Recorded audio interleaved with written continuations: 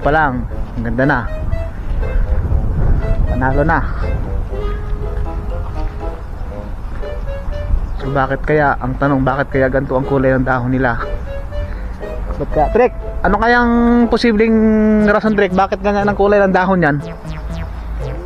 Ano kayang dahilan bakit ganyan ang kulay ng dahon? Kung mapapansin mo, yung ilog tabi ng mga puno. Oh, so ganon. Ngayon, yung gamit na sabon, yung Sabon? mga lokal na ano, dyan na naglalaba. Perla yung gamit. Perla yung gamit. Kulay pink. Kaya naman pala, laging ganyan ang kulay ng dahon. Yung bula ng kulay pink, dumadali sa ugat ng puno. Ah, okay. So ngayon, alam ko na.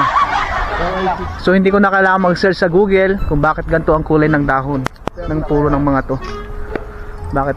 Sabi ko, bakit ganito ang kulay ng dahon? So yun pala ang dahilan, guys. So sabi ng kasama ko, yung mga lokal dito naglalabas sa ilog. Ngayon ang gamit nilang sabon, perla.